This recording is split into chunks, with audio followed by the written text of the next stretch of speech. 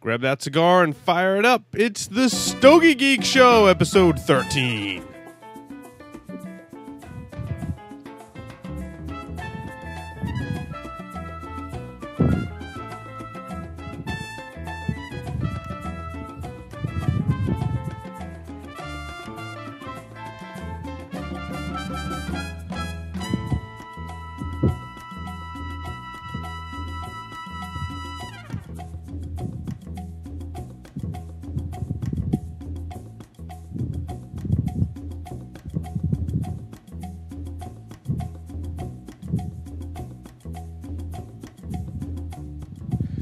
Hello, everyone, and welcome to this.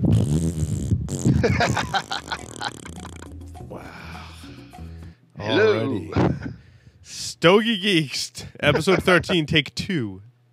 5 seconds. 4, 3. Grab that cigar and fire it up. It's the Stogie Geek Show, episode 13.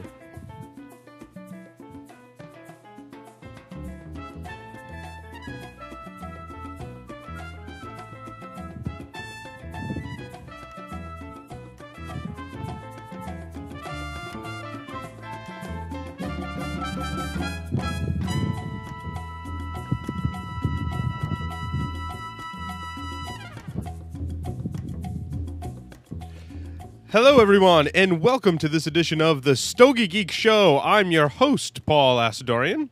And I'm your co-host, Tim Margarini. You're an illustrious co-host, Tim. Who's kidding? So, everyone, welcome to the show. We are very pleased to be here tonight, and it's just Tim and I. Mark and Stogie Santa are missing in action tonight, but Tim and I will hold down the fort, give everyone a fantastic episode as usual. Of course, how could the night go wrong? Because we are smoking a fabulous, fine cigar, and this one tonight is the Ramon Allones Specially Selected. Did I say that right? Specially Selected? Not Special Selected? Specially Selected. Right? I believe you're correct, yes. Also known as Raz. It's the Raz. It's a Robusto-sized cigar. Is that correct? Yes, it is. Did you do a write-up on this, I hope? Because I've been... Yeah, I did, actually. I'll spare our listeners the pain of how we dropped recorders and had to reconfigure studios and audio. It's ugly. No one wants to hear that. You got the stomach bug. I cut off the end of my finger. We're 90 miles away from each other. We are here. We are ready. But that is the recap of our week. So yeah, it's been a rough week. Yeah, this is a Robusto, a 4.8 or 124 millimeter by 50 Robusto. When is yours? A 2011, Paul? Mine is a 2011. I don't remember the box date. Yeah, mine was August 2011, actually. Yeah. They're smoking great, man. This is a Cuban. One of a recent box purchases for me, possibly a second box purchase. I got to tell you that much. I bought it really good. I bought a full box as well. Yeah, excellent. I definitely bought a full box. So these are again smoking very, very good. I find that a lot of the Cubans from 2011 that I've purchased are smoking extremely, extremely well. Tim and I were talking about aging them, but since they are smoking so great now, it's almost like we don't need to age them. So yeah, I mean it's tough to put them down. I mean, I have fully intended you just keep smoking them, right? Put this box away, and I got to tell you, man, it's just smoking so good. Why not go for it? You know. So Tim, what are you drinking? I have Ron Nebula rum this evening. Not a bad pair. Something I had lying around, so I've got a gigantic mug here. It's actually a Star Wars mug. And it is filled with scotch. No, I'm just kidding. It is actually filled with ginger ale because I'm still recovering from my slight case of the stomach bug that I still got lingering on. Not hindering my smoking, of course, but, Yeah, I had texted Paul earlier saying, hey, let's smoke something dark and strong tonight. And he said, yeah, I might puke. Yeah, so no. Go for something else. We weren't going there. We weren't going there. I'll tell you what, once you recommended this smoke, you didn't have to ask me twice. So see, I didn't think we had done it on the show. But you posted a review of it. So there is a full review. Is there a review of this one? I'm sorry? Is there a review of this one? Yeah, I reviewed actually one from 2005 that Mark had given me, had gifted. Honestly, the 2011s though was smoking just as good. If I had smoked them back to back, I wouldn't have been able to tell the difference. And it's interesting because Mark also gave me one of those, traded me in a trade, and the San Cristobal de la Habana La Punta. Did we do that on the show? We talked about it. We talked about it. I think we've done one on the show. I had one of those from 2005, and I bought split a box of the new ones from 2011. Mm-hmm. And although flavor profiles are different, the flavors were equally as enjoyable. And it's another one that kind of makes me want to go back, and 2011 was a great year. And it seems to be that when we acquire these from the places we acquire them from, and if anyone's interested, contact us on Twitter at Stogie Geeks or stogiegeeks@gmail.com. We're happy to share where I hate to talk about it on the show because then someone goes back and listens and it might not be where we're getting them from, because the sites do change around, and it's probably illegal, I guess, in some capacity. Not if you're in Canada. Yeah, that's right. We got them from our friend in Canada. That's right. Yep. So, what was I going to say? So the 2011s are smoking great, and when you order today, you tend to get a box date from 2011 is what we've experienced. Yes. So. And I'll tell you what, a box of 25 of these, I'm not sure what you paid, Paul. I think you got them from the same place. $153 shipped. You can't go wrong. Yeah, I mean, the prices do vary slightly, but yeah, you cannot go wrong. I mean, there are sites that are reliable that sell Cuban cigars at much higher prices. Yes, they do. Than we've been purchasing them at recently. In fact, I was looking at a couple of those sites today. Yes. And they are still very expensive, but extremely reliable. Yes. So I was happy with my purchase, though. I can't complain. You made some other purchases lately, Tim, and I'll talk about a recent purchase that I just made as well. You want me? Yeah, go ahead. Go first. Yeah, go ahead. Yeah, so I picked up a small box of 10 Monte Cristo and Mundo Petite Robustos. Had one earlier this week. I think I'm going to let them rest for a few weeks. Almost felt like it had too much moisture in it. Mm-hmm. Opened up on the second half, some great flavors. First half was a little difficult. And again, I don't think that's per se the stick. I think it's just I get impatient, I literally lit one up 6 hours after they came in, and I know better, Yeah, I mean, some cigars do okay with that. I guess it depends on the conditions and shipping would be my guess. And how much they're aged before they're shipped in the proper conditions. Yeah, I mean, this box date was April 2011, so it almost had a year on it. Yep. Again, not fair to assess at this point. I'll be bringing it up again. We smoked the full-size Robusto. I want to say it was episode 3 or 4 on the show. Yes. Which was incredible, which, prompted me to go for these. Yes. I wanted a smaller smoke, medium body that I could smoke at lunch. That's perfect cigar for that. The price was right. I want to say I paid $64 for a box of 10. That's just awesome. Shipped. Yeah, I mean... So I'll let them rest for a few weeks. When the warmer weather comes around and I start going outside at lunchtime, I'll bring them out again and report back here. I don't think I put it in my list, but I did smoke a Monte Cristo Edmundo, the full Robusto sized, and it was fantastic. It was really good. Yeah, I enjoyed the one. It's a very different flavor profile from a lot of the other Cubans that even the ones that we just mentioned. It's totally different from this stick. Flavor profile wise, yeah, and it's different from the other Monte Cristos, which is, I guess not weird, but it is a different line and does have a very different flavor profile. The other sticks that I ordered were the Davidoff Colorado Claro Specialty. That is the Toro. They call it a Toro size, but it's shaped like a pyramid. I was going to say, is that a torpedo? It's like a torpedo. It's almost like a shark size, right? It's got a square press that goes into a torpedo. Nice. So I got a box of 10 of those. Which is how they come, which is they're absolute. I had to search high and low. I was going to say, how did you find those, man? Because Mark actually tipped me, and I'll tip my hat to the folks over at smokein.com. They have them in stock, so I ordered a box. Wow. Yeah, there you go, folks. They are on the way, and I also ordered a 5-pack of that new Quesada. The cocktail. What is it called? Molotov. Molotov, right? Yeah. I always want to say No. Mazel Tov. It's not Mazel Tov. It's Molotov. So I ordered those. Those didn't get a great. I thought I believe Halfwheel.com did a review on them.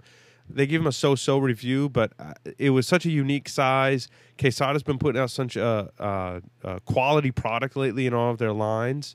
And they've really picked up the pace, man. Yeah, I thought it was a safe. I wanted to get 5. I wanted to smoke it on the show. I want to see what everyone thinks. I think it's a cool looking and cool naming cigar that I wanted to do on the show because it has some interesting characteristics to it. That doesn't necessarily mean it's going to be a great cigar, but it is interesting and different. So I figured. Now, have those come in yet, or they have not? I just ordered them the other day, so they'll probably come in while I'm away, which means I need to bribe the wife to get her to put them in my humidor, which she's good. Yeah, you don't want to leave those out in the cold rain. Yeah, that would be even in the house would be probably bad. So let's see.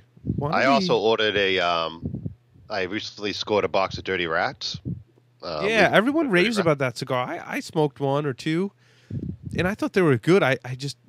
They were $14 a piece for a Corona-sized cigar. Yeah, the price is hefty. I got to be honest. I'll tip my hat to the brother on the BOTL.org forums where I got this from. He posted last Friday night. It was late Friday night. I logged in, posted a box up for I think it was $130 shipped.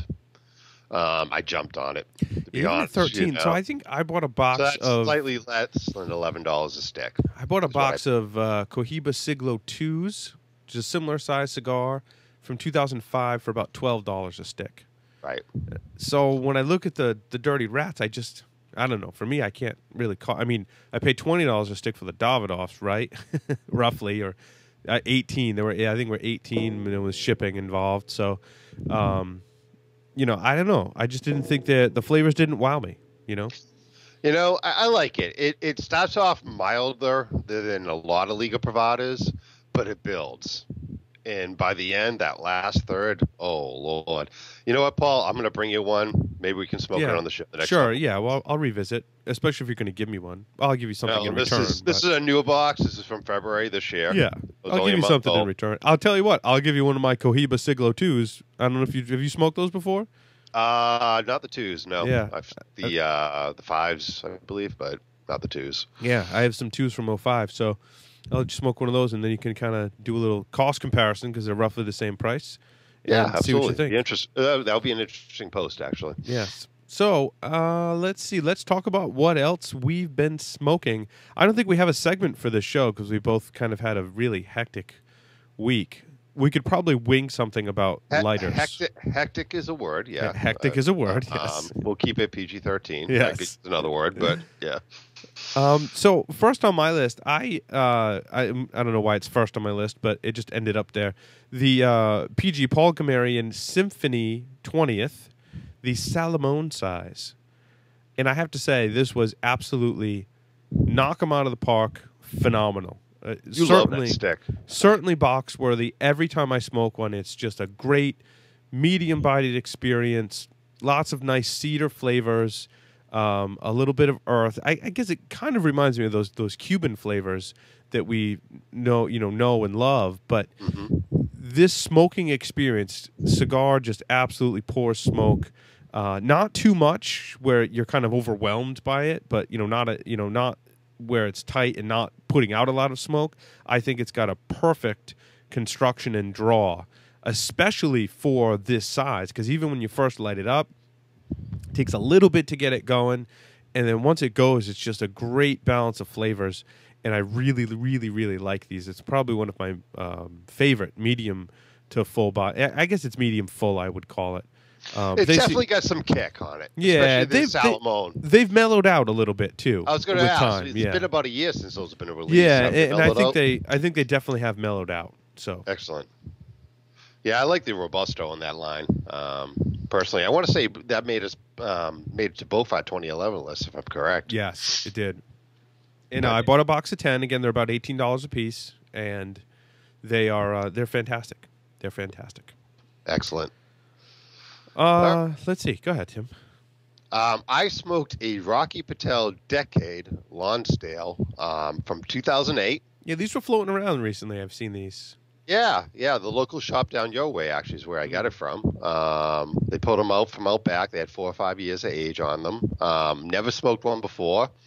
It was an Ecuadorian Sumatra wrapper. Beautiful, beautiful cigar. I mean, gorgeous as far as presentation. Nice, rich flavors, cherry, leather, some pepper. Construction was perfect. But I found the flavor profile a bit boring. It didn't change up at all. It was pretty much the same throughout. Interesting, I shared one with Big Al at lunch. We were smoking it, and a local drunk came by and insisted that he was Whitey Bulger the whole time we were smoking. So That's pretty funny because of where you work would be the correct geographic location just about yeah. where you would see So someone maybe it wasn't the who stick. used to Maybe it was lead the Irish mafia. Yeah, But yeah. In the end, it wasn't a bad stick. I thought it was just a little boring. I gave it the Angler, meaning it was something I would smoke around the yard that I didn't have to pay much attention to. Not bad, not great. So wait, which one was that again? I'm sorry, I'm like looking at the list and Rocky Patel Decade. there was a decade. So you thought it was just okay? Just okay. Yeah. Yeah. That was pretty much what I got from. About $9 for it. Which is Yeah. a reasonable price. I actually have two of those. It's funny. I bought a few years ago from like that same batch and Okay. just kept it in my humidor. And I was gifted one last week or the week before. So I have two of them kicking around. My guess is from the same person. So Yeah. yeah, I mean, it's not bad. Just didn't wow me. That's all. Maybe not my my flavor profile, but Right. Right. um, Having said that, I think that Rocky Patel cigars in general, a lot of people who are new to smoking, I think, tend to gravitate towards Rocky Patel. I think their price point and a lot of their marketing definitely lends themselves to, new smokers buying that particular brand.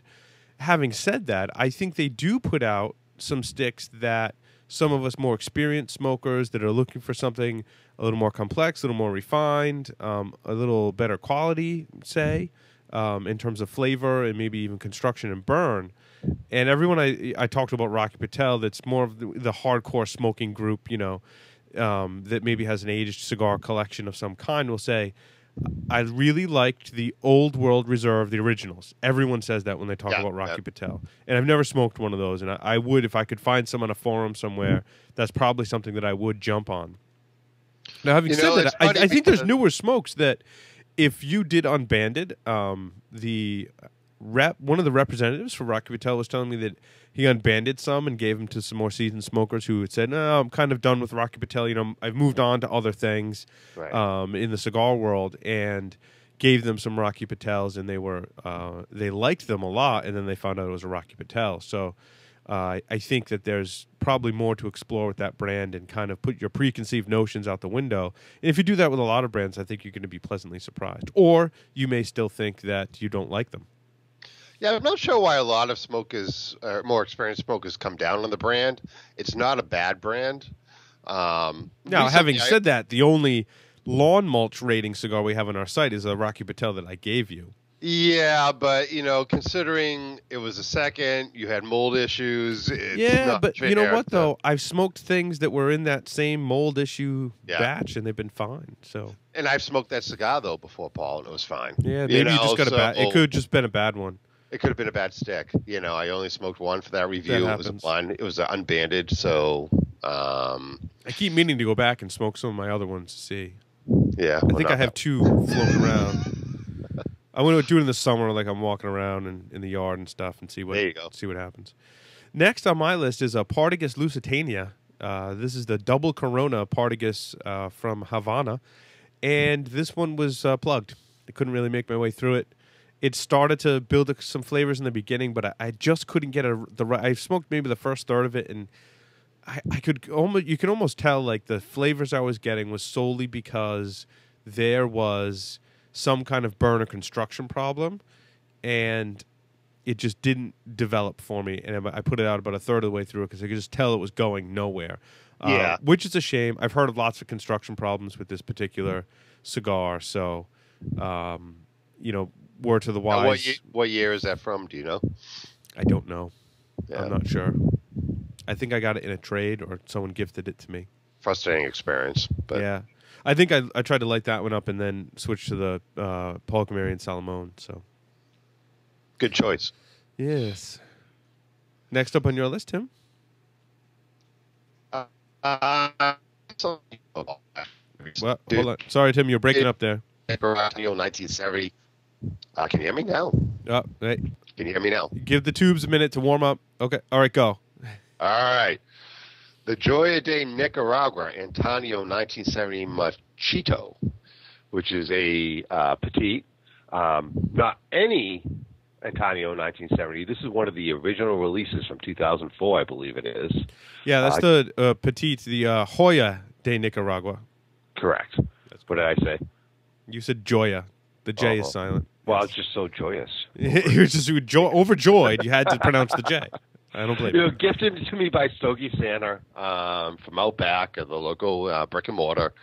It was cold out. Had a nice glass of Benjamin Pritchard's Rye whiskey. Went digging through my humidor to find something to pair it up with. Fantastic stick. I haven't smoked an Antonio 1970 in a while, to be quite honest. It's probably been a couple of years. Never smoked the size. This stick was wow. I really enjoyed it. I knew you'd like those. I smoked it and I thought it was good. And I said to I actually said to Stogie Santa, Tim's really gonna like these. Yeah. Make sure he gets some. So I'm glad you got one.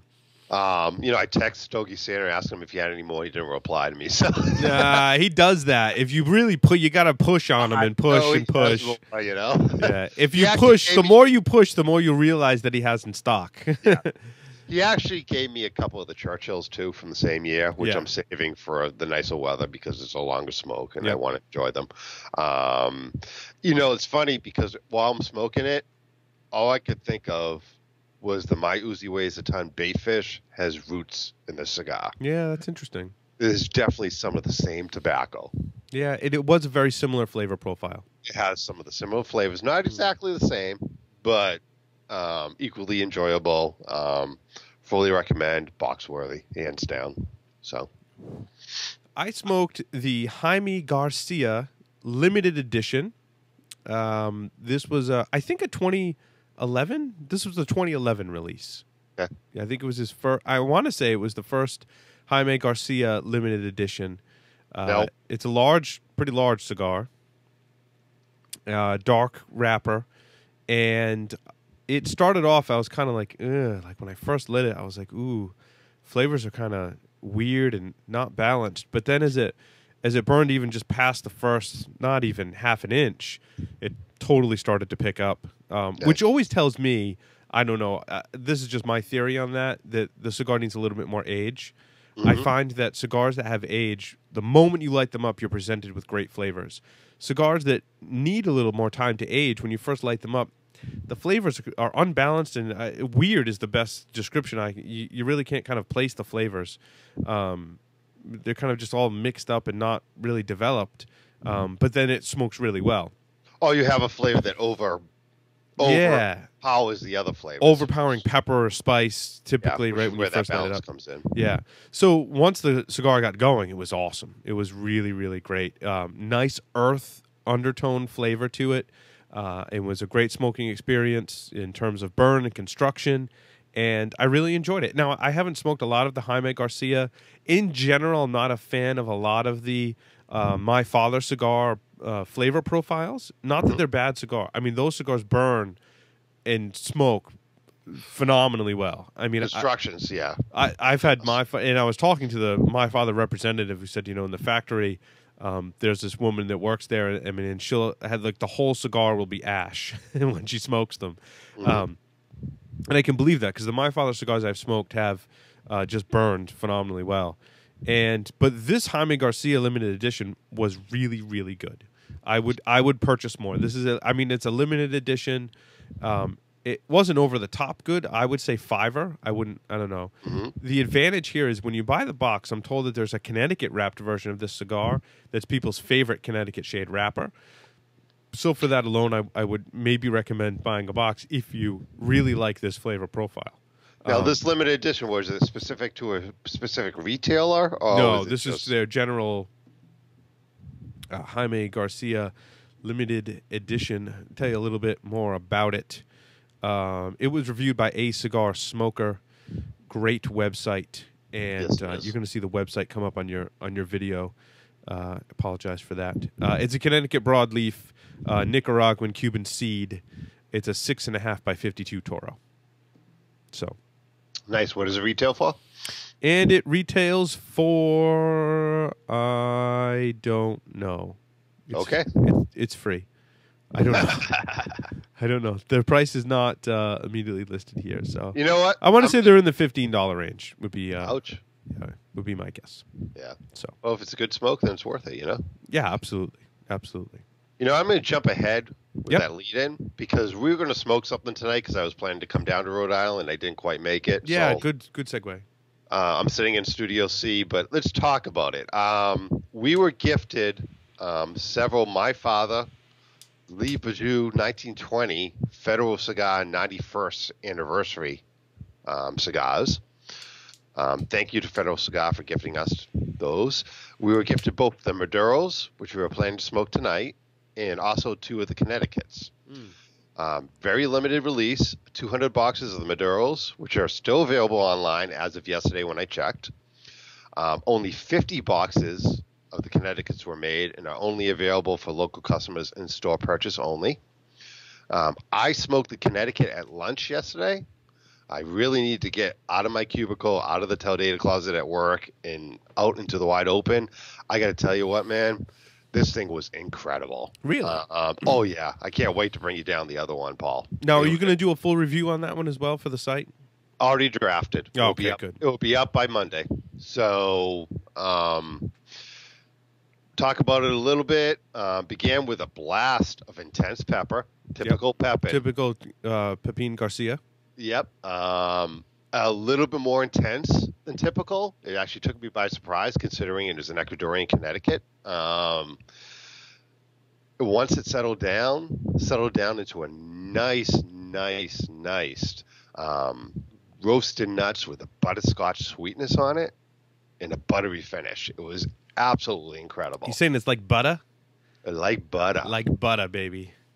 Second, third transitioned into more of a toasty finish with some cedar and spice. And then on the last third, the strength and body picked up a little bit with some more pepper. Complex smoke. Great construction the whole way through.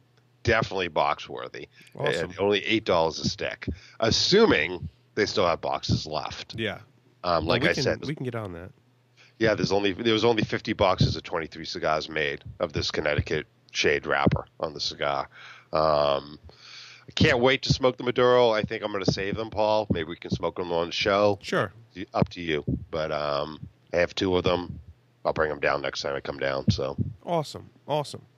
Next up on my list was the Illusion 888 Candela. Yeah, dude, I'm interested. I haven't smoked this yet. How do you like it? Really? I think you would like it because I know you're a big Illusion fan. I smoked it. I thought it was very enjoyable. What Stogie Santa was telling me about the cigar was that because I pulled it out of my box. I bought it a long time ago. I mean, a long time. It could be last year sometime. And came out about 6 to 9 months ago. Yeah, I think I bought them when they first came out. I think I only picked up one, unless there's another one floating around in my humidor somewhere. But so I smoked it. And what he was saying is while I was smoking, he was telling me that the filler and binder, I believe, are Nicaraguan.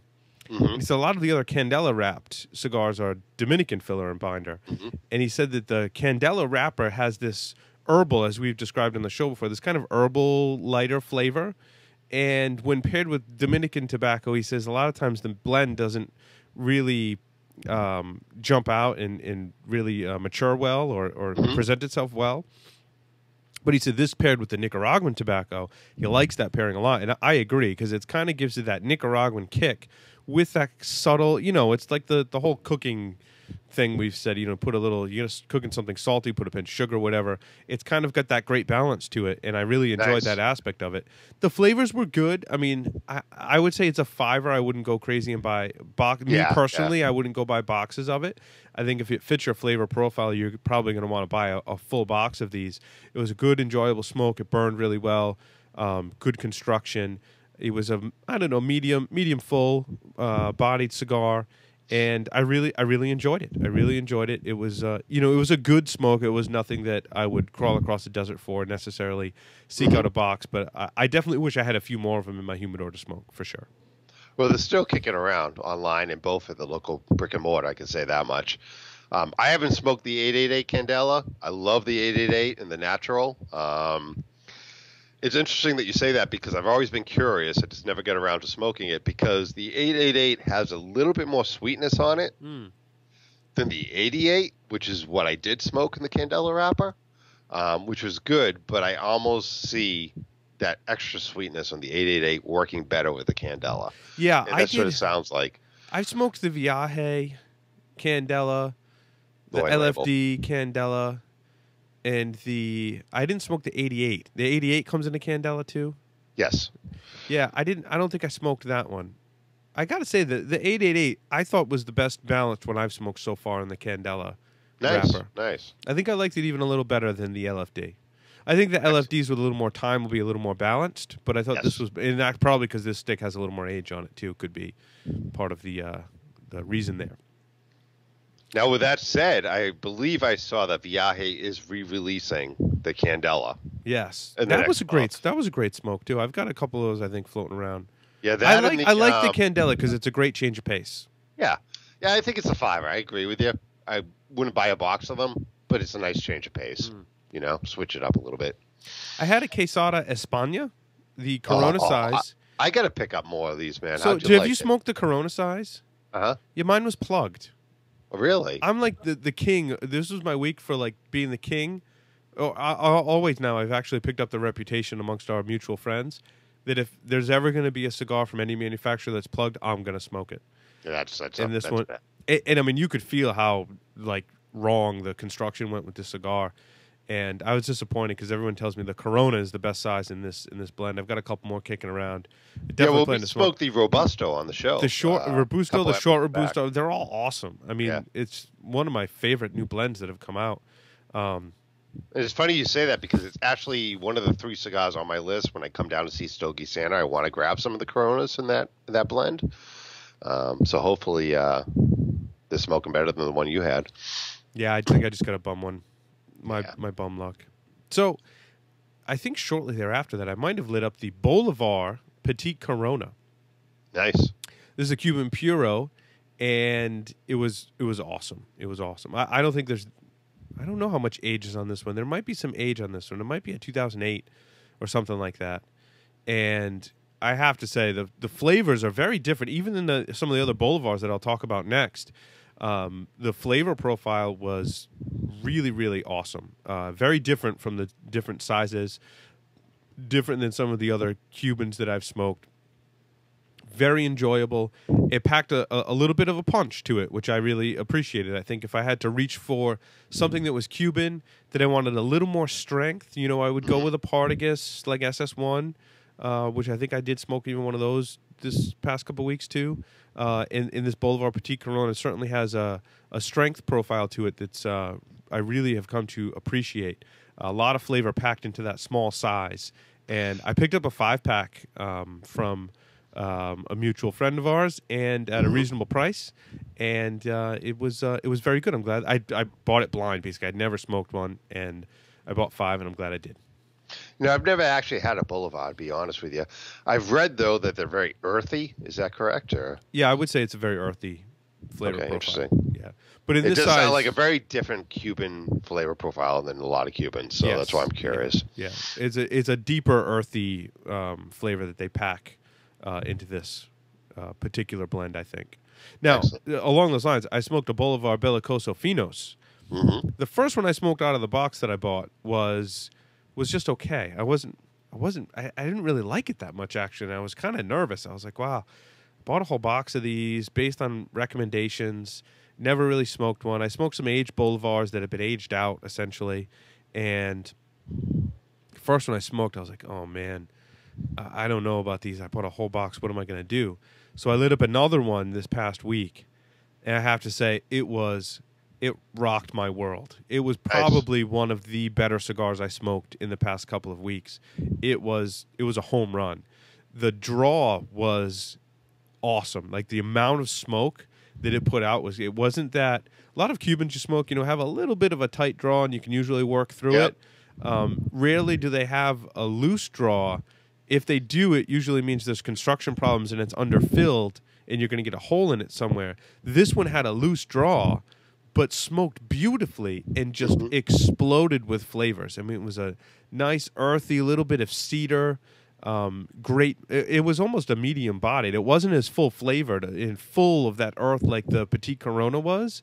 This size I found, because it's a larger ring gauge, the Bellicoso Finos have a much milder, easier smoking kind of flavor profile that you can take down in the morning or for lunch. It even holds up on dinner. I think it's a great, versatile cigar. Whereas the Petit Corona had that really deep, earthy flavor, Tim, that you described, and I would, definitely say that for after dinner. But the Bellicoso Finos, this one I smoked was phenomenal. And I'm really glad I have a box. I think I'm going to raid your humidor for some of those. Yeah, we can trade some. Absolutely. All right. Absolutely. Sweet. So, Tim, speaking of Cubans, how's your Ramon Allones Specially Selected smoking? It's smoking wonderfully. Yeah, I got to tell you, man, there's no draw issues with this thing. Open draw, pouring smoke. I love the toasty finish on the smoke, which is why I bought a box. Yeah, it's got some great flavors. Absolutely. Yep. Smoking good. What else is on my list? The El Trefendor Lancero Limited. Big Al gifted me this beauty. It's a 7.5 by 38 Lancero from Pete Johnson. Nicaraguan Puro, triple cap with a pigtail. Unlike the regular line El Trefendor, this has got a Connecticut broadleaf wrapper. And I want to say this was the original. Yeah, I've heard the original was really good. Yeah, release. Rich flavors, typical Pete Johnson flavors. Started medium in strength and body. Went great with my AM coffee. Definitely picked up as it went along. Flavors included espresso, cedar, some spice. In the end, I would say a 5. I liked it. I like to try some of the other regular wrappers from this line, which I have yet to do. And I believe Stogie Santa just got some of them in. So definitely on my short list to pick up some. Yeah, I'm going to revisit this one. I think I might have smoked one of these before. I'm not sure. Well, you got it in the you actually questioned if it was the Mark same said, cigar yeah. in the Old Man in the Sea. I think Mark confirmed that was the case, and I thought that was good. I didn't think it was. Everyone seems to be raving about them. I think it might have been they're a kind of limited production type thing. Yeah, and that's why people might have been raving about them as much as they did. But now that they seem to be a little more available and in circulation, I definitely want to try one. Yeah, I would say it was good, not great, but I would grab a 5 definitely. So. Next up on my list, because I have to have a Davidoff and an Opus X somewhere in my list, Tim. It seems to be the trend. You've already mentioned the Davidoff, but you haven't mentioned Opus X, but you slipped it in there. So go ahead. I have a Davidoff that I haven't talked about yet. I bought the box. I haven't talked about the one I smoked. Now I've got the Opus X. So what Mark and I have been doing is we're going into our humidors and pulling out our rare Opus X cigars, and if we have one in common, or if we don't, we'll trade. Like if I've got 2 or more of a particular limited Opus X, Mark will trade me something for it, and we'll smoke it together. Or if we do have the same one that's been kind of kicking around our humidor, we'll smoke it together. This is one that we mutually had in our humidors, and it's an Opus X chili pepper. Very unique looking cigar. The head of the cigar comes to that little looks like a pepper, and it's a very unique format. I would say they use the bestseller mold, and which reminds me, I saw Hemingway bestseller Maduros. I wanted to ask about that, if anyone thought that those were good, because I did see them. They were available somewhere. I don't want to say because I'm being greedy. I want to buy them, but you don't have to look very hard. Put it that way. Back on topic, Paul. Yeah, sorry. But it's the bestseller mold. I think that's slightly modified.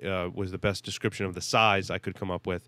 This one was from the 2009 Fuente story box, the 22 count coffin box, and it started off with this just intense blast of spice and pepper and just overwhelming strength.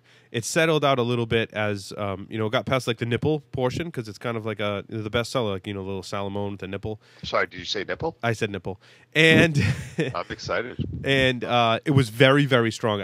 I'm told that it's one of the stronger Opus X blends. It was very good. It was just extremely strong. I would, if I had more, I would probably age them a bit more. But was an enjoyable smoking experience, to say the least.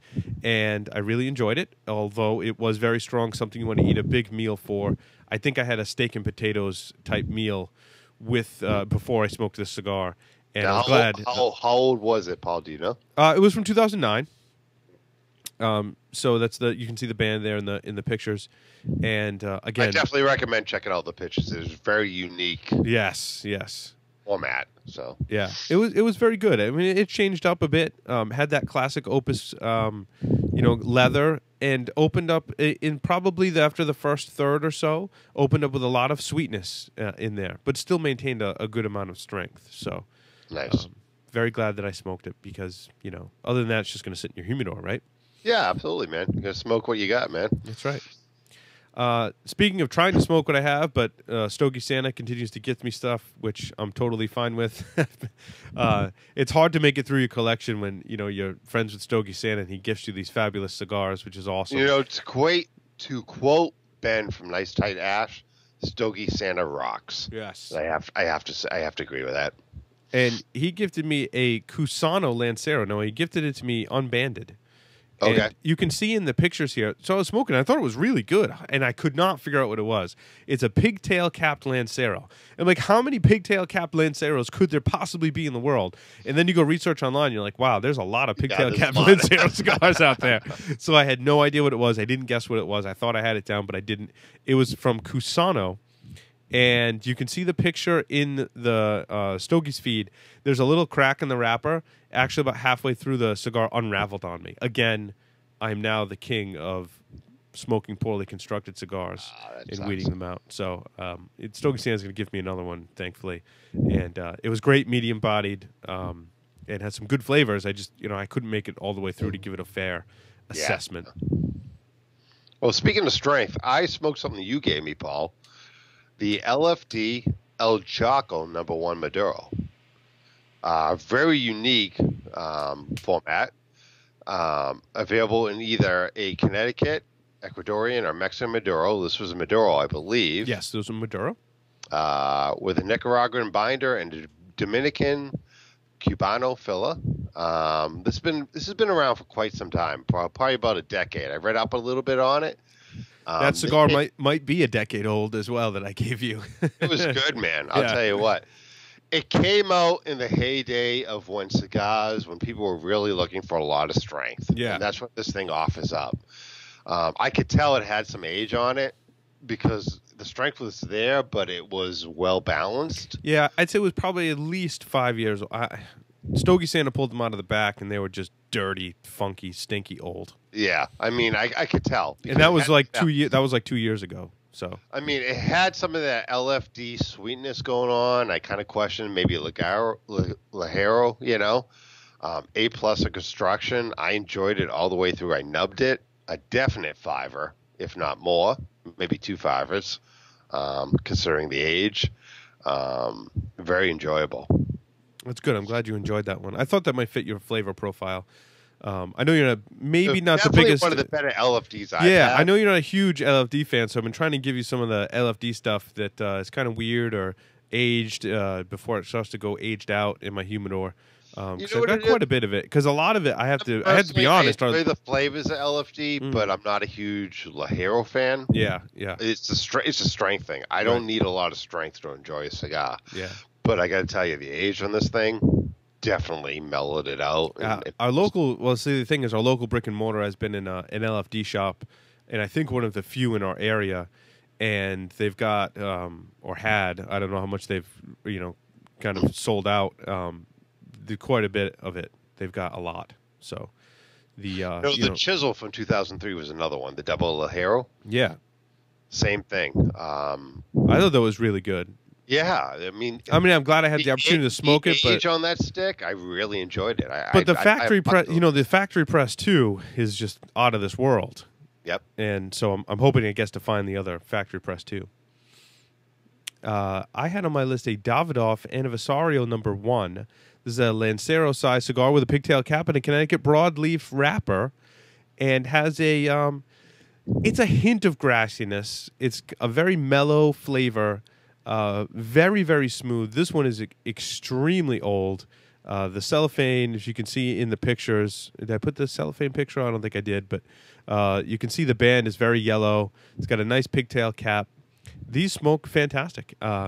I bought a 5-pack of them, which is what I would recommend, just to have something different kicking around and have some with age. I mean, I looked through the Davidoff cabinet in one of the other local brick and mortars, and this one had kind of like almost like a crystally plume on the outside of the box that it was in, and I opened it up, and the cellophane was just completely yellow, and they smoke great, and it's a great change of pace. I mean, it's kind of an interesting take on the broadleaf wrapper. It's what you would normally consider in a Connecticut broadleaf.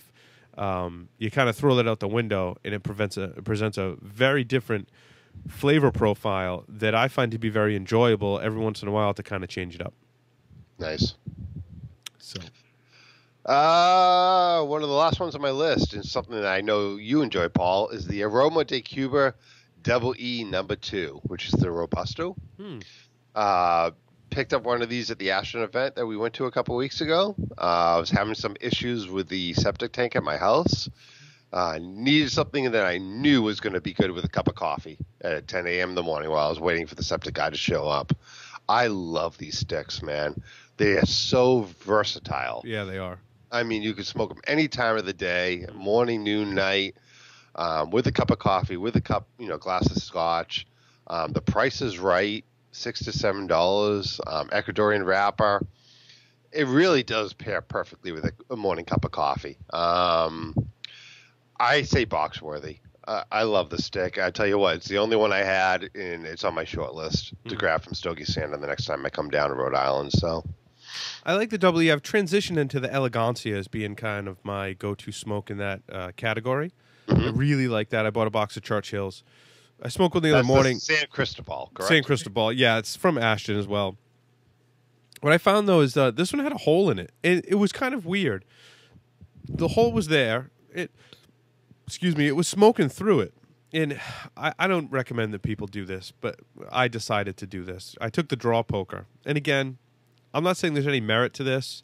I'm not saying that people go out and do this, but I took the draw poker and I poked through the end of the cigar where it was burning, and I kind of patted down the hole and kind of packed it in a little bit, gave it a little bit more flame, and then continued smoking it. So it's almost like there was a void, but it was only in like maybe half an inch of the cigar, or an inch in the middle of the cigar, and I had smoked through most of it, and I kind of just packed it in, and then continued smoking through the rest, and it seemed to work out, and the cigar finished great.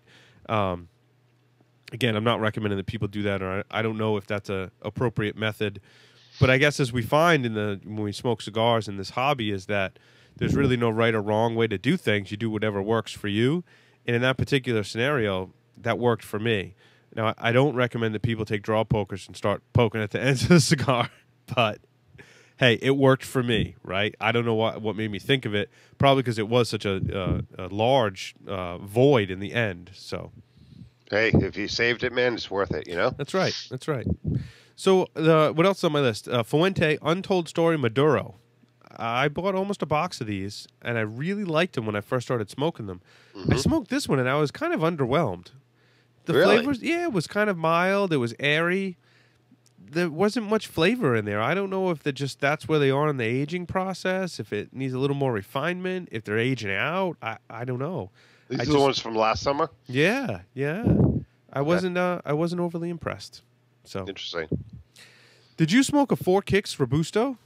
I have not yet tried one of those, man. I want to, but I tell you what, it's a solid smoke. It is a absolute solid smoke. Great medium bodied, nice flavor profile. Kind of has a caramel type. Paul, you've been holding out on me, man. Sweetness. Where'd you get those from? I got some from Stogie Santa, actually. He has them? Well, we acquired them. Okay. I Gotcha. want to say Smoke Inn had them when I was ordering. I think I saw them on there. So, if you want to order some and you want to try it, let me know. I'll split another 5-pack or whatever. If you want. I know it made it to a lot of top 20, a lot of top 10 lists, 2011. So, one of these days, I'm definitely going to try one. So, I think I only got 2. I think we split it a bunch of different ways. So, yep. If by all means, if you want more, we'll split them up. Make sure you like them before we go crazy. I'd say it's a 5-er. I think it's a good summertime smoke. Would be my estimation. I think it's something.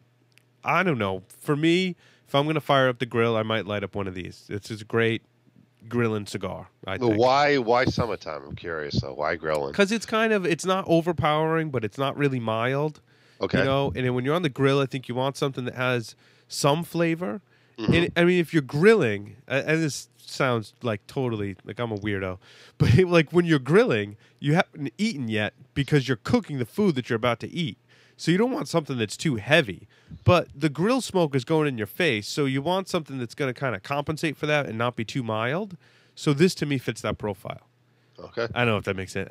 No, that makes complete sense, man. Totally ridiculous, but that's on the same lines. That's how much of a geeks we are with cigars, right? Is that we would actually think about that scenario.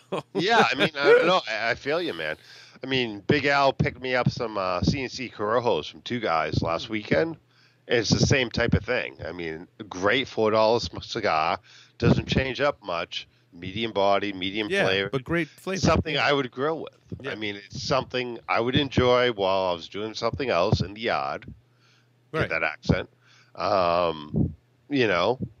Great smoke. I smoked a Lido Gomez small batch number 4 as well. This one needs some age. I mean, it smoked great. The flavors were okay, but it definitely was not the refined, balanced Lido Gomez small batches that we know of before. I think they're going to age really, really well, but they need some time to do that. And yeah. I wasn't overly impressed at this time. So, I think the last one on my list, Paul, is I also smoked the La Aroma de Cuba Robusto. This is a regular line from La Aroma. Smoked it at lunch about 2 weeks ago. It didn't wow me. I'm really more of a fan of the Double E's and the Mi Amores. I think both those smokes have their place in my rotation. The regular line is good, but I find it a little bit harsh. It just didn't wow me. I mean, it's a good smoke for $6, but yeah. Now the regular La Aroma de Cuba, it's a different like wrapper binder filler combination than the La Aroma de Cuba Edition Especial, the Double E. Yeah. Totally separate from VSG, totally different from San Cristobal, and even now I can say I smoked the Lancero in this blend. Yes, the Lancero is so much better. Well, we won a box respectively each of the Lancero in this blend, and it is those. I still have almost my whole box. Yep. That cigar is awesome. Yeah, that cigar is awesome. That box. I remember I smoked and I texted you. I'm like, Tim, did you smoke these? Like, these are so good. And you didn't remember what they were because you had smoked through the box so long ago. They didn't last 30 days. In my humor. I mean, we took. I mean, I shared quite a few of them with friends at work and stuff, and we were taking them down at lunch. But yeah, I really enjoyed the Lancero much more than I did the Robusto. Yeah, definitely. So what do you want to do, Tim? Do you want to try and do a segment after this, or do you want to do a surprise segment, or do you want to call it a show? It's up to you. I don't know, man. I think we should do our sweeper if we have it. Okay. Well, yeah, that's a good idea. Yep. We'll take a short break here and come back, and I don't know. Maybe we'll talk about some lighters that we know and love. I know Tim just made a lighter purchase and had a post, and maybe we'll cover what's in there, and then we'll call it a show. Okay. Hi, this is Bill Barris from the Cigar Snapshot podcast at www.cigarsnapshot.com. And you're listening to the Stogie Geeks podcast at www.stogiegeeks.com. These guys are real geeks. About stogies, that is. And let me tell you, I've been smoking cigars for over 20 years, and I learned a new word from them. The word is cigar. Keep up the great work, guys.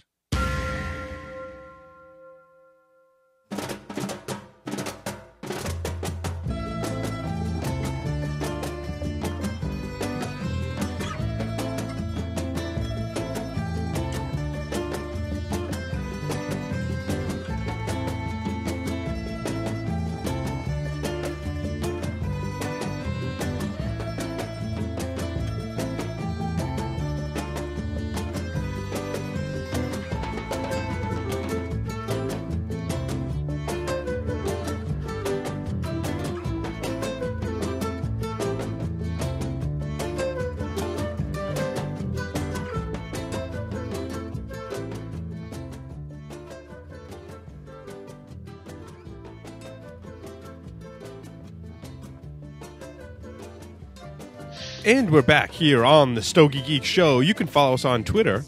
That's at Stogie Geeks. Of course, visit our website, www.stogiegeeks.com, for all the latest cigar reviews. Watch our videos and listen to the show right from our website. And follow us or subscribe or friend us. That's what it is. Friend us on Facebook, where you can find much of the same content. We tend to repost everything to Facebook. We thank everyone who has befriended us on Facebook. So, Tim, where do we want to go? Let's talk about our Ramon Allones Specially Selected. Yeah, I mean, I'm down to the last third at this point. Really enjoying the toasty finish on this bad boy. Nuts, cedar, a little bit of spice. What do you say, Paul? Yeah, I don't get much spice. Mine kind of has a little bit. It's kind of soft. Mm-hmm. It may be a little underfilled. I think I'm pulling through a little more air than I should through it. So I've got. I think that's why I'm not as far down maybe as you are, but a little bit of construction issues. I can tell by the ash. You know, it's not a solid ash on the end. It's kind of got like the bunch of holes in the end of it. I don't know if you can see that on the video. I'm not getting any video on my end, so yeah, just for the video viewers, you know, it's a little holy. It's a holy ash at the end, so but still good, Nothing that I would put out. Yeah, you can kind of see after I ashed it, it's a little. I think I got through the soft spot there, so that happens. I love these things, man. I think they're probably one of my most favorite, most recent release Cubans. Yes. I would concur. So you want to talk a little bit about lighters? You made a new lighter purchase, Tim. Yeah. I mean, I bought the Ellipse 2. Is that correct? That's a Zycar Eclipse, right? Is it the Eclipse? It is the Eclipse. Triple flame where you have to kind of pull back the top of it to get it lit. Yeah. You can hold that. If you have it with you, you can hold it up for the video viewers. Yeah, there you go. Yeah, that's the Zycar Eclipse. You get the chrome finish, right? I got the black, actually. Oh, the black. Okay. Yeah. I got the brushed metal finish. I believe they call that gun metal. Yeah, something like that. Yeah, it's my favorite lighter. I have to say. I mean, you're one I carry with people me. I know who have one, and that's kind of what prompted me to seek them out. I believe they retail for about $85. MSRP, but you can find them cheaper online. Yeah, you can get them on auction. You can find them online. Your local brick and mortar probably has a better deal than the MSRP as well. I mean, I'll be honest. I picked this up on auction for $39. Nice. So, but I'm one of those people where when it comes to lighters and accessories, I have to hold it in my hand before I purchase it. And because you and several other people I know who have them, I was pretty familiar with it, so I was comfortable with it, dropping the money on it. So, great lighter, hasn't failed me. Been using it for about a month now. Usually lights within 1 or 2 tries. I do find about the lighter, like the first time you click it over, it tends not to light. Yeah, it's like second time. Yeah. That is great. one quirky thing about the lighter, and once you kind of get used to that, it's fine. I think I had one that I had to trade back in because it was 2 or 3 times consistently it wasn't lighting, and there was something a little quirky with it. But then the newer one I got was much better in that respect. But that's one I think everyone should have a triple flame lighter, like a good quality triple flame lighter. And the theory is that if you have the 3 flames, that you'll use less fluid because you're putting more fire to the entire foot of the cigar.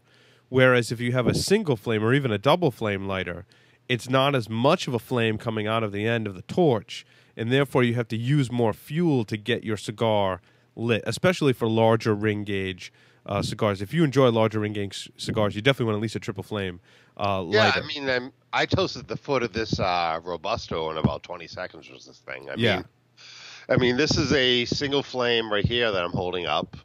It's a cheapo Firebird that I picked up for $6 at a local kind of nickel and dime store we call Ocean State up here in Rhode Island, Massachusetts. It's a great lighter. Hasn't failed me. I've had it for 2 years. But literally 2 toast like a Robusto or a Turl, it's Yeah. going to take me a good solid minute or two. Yeah. With triple flame, boom. I keep this for smaller ring gauges like a petite or touch-ups. A single flame lighter like this is great for touch-ups. Yeah, I've got a Prometheus single flame lighter, which I'm not a big fan of. The flame adjustment always breaks on me, and there's a little screw adjustment in the back that tends to come out, and it's just not good. And I really don't like it. And this single flame doesn't seem to get high enough on it. I'm not a big fan of it, but I do agree a single flame lighter is great for touch-ups, because when you're touching up a cigar, if one side is burning faster than the other, what you don't want to do is put a triple flame or a larger flame, even a double flame on it, because what's going to do is that flame's going to reach around and it's going to make the side that's burning more burn more. So when you touch up, you want to be a little more precise and not have that flame wrap around the whole cigar. So, yeah, and I've been checking out some of the Zycar single flames. I just haven't found one that I like. I'm kind of particular about that sort of thing. I think you could feel good in my hand. Yeah. I like one with a cover like this Firebird has, so it protects the. Yeah, and the Eclipse has that too. That cover protects the flames on there. What Stogie Santa always tells me is that all the lighters, like everyone, he says they need a good blow job, and you get those can of airs, and you blow the air in, and you clean the flame, the torches out with that. The other thing about the Eclipse that I really like is that the fluid ratio is really good. Yeah. So in ratio to size, you could carry, we keep this Rocky Patel lighter here in the studio, which is gigantic, right? Big Rocky Patel lighter right here. The Ron Jeremy of lighters. Is what I call it. But that's a five flames lighter going on there. You wouldn't want to carry that in your pocket, right? But that's also got a good ratio. For the size, it holds a lot of fuel. But the Eclipse, hold up. I might want to carry it in my pocket if I want to impress my wife. That's right. If you want to impress whoever. Yeah, I've been married 15 years as of yesterday. So there you go. Congratulations. So, what else was I going to say? So the Eclipse you can carry in your pocket, which is nice, and it holds a lot. It doesn't burn through fuel, like you're not refilling it every couple days. So yeah, I agree. I think it's the most versatile lighter I've bought to date. Fully recommend, even at full retail price. This lighter is a steal. Easy adjustable, has a fuel gauge that you can see. Yep. And they guarantee their lighters for life. So if for any reason you have a problem, you can send it back. Well, and it's nice. You can go to your local brick and mortar, and they'll take care of you. There you go. Yeah. And I don't know if different local brick and mortars are different in that way, but and it's not just because we're friends with the local brick and mortar shop here in Rhode Island, for example. But if I have a problem with any lighter that I've purchased from them, even ones that I'm not, they're good about it. I think that's the kind of the friendship thing. But anyone that works there and anyone who buys it, everyone's treated equally as a customer. If you buy specifically a Zycar lighter from our local B&M and you have any problem with it, you bring it back there, and they take care of it for you. And they don't hassle you. You don't have to show a receipt or anything. They pretty much know you bought it there.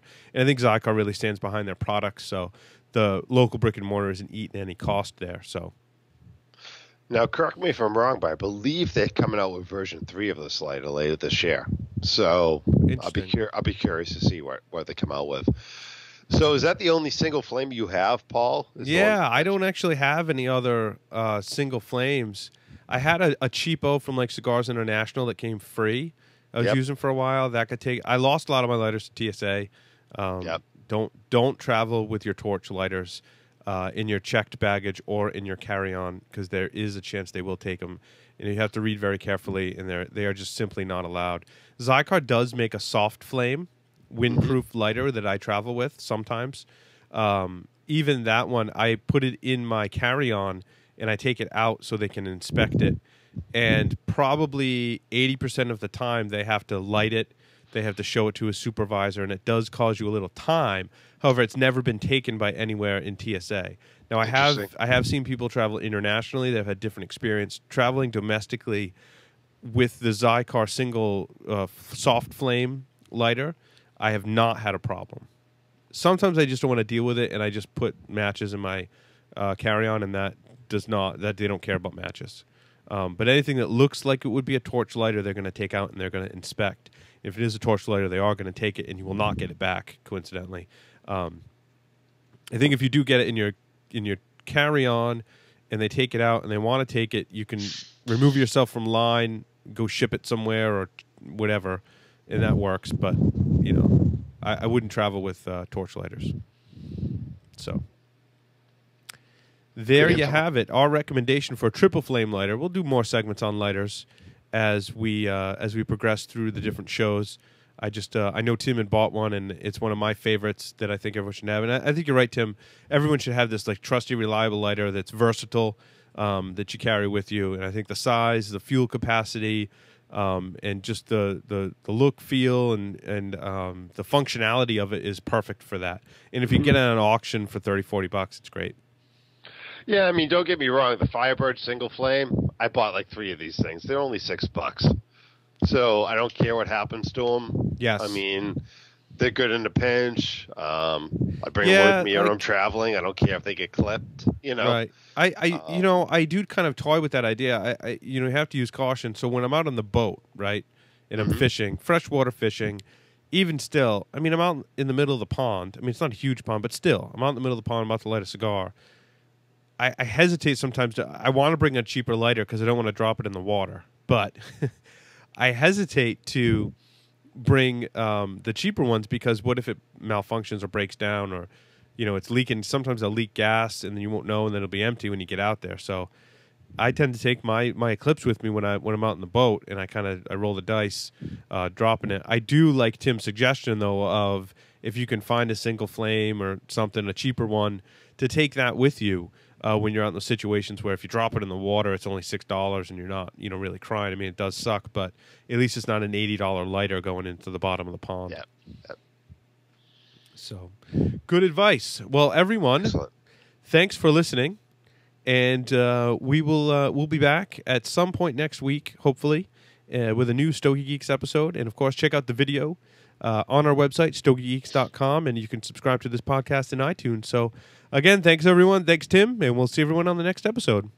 Good night, everybody.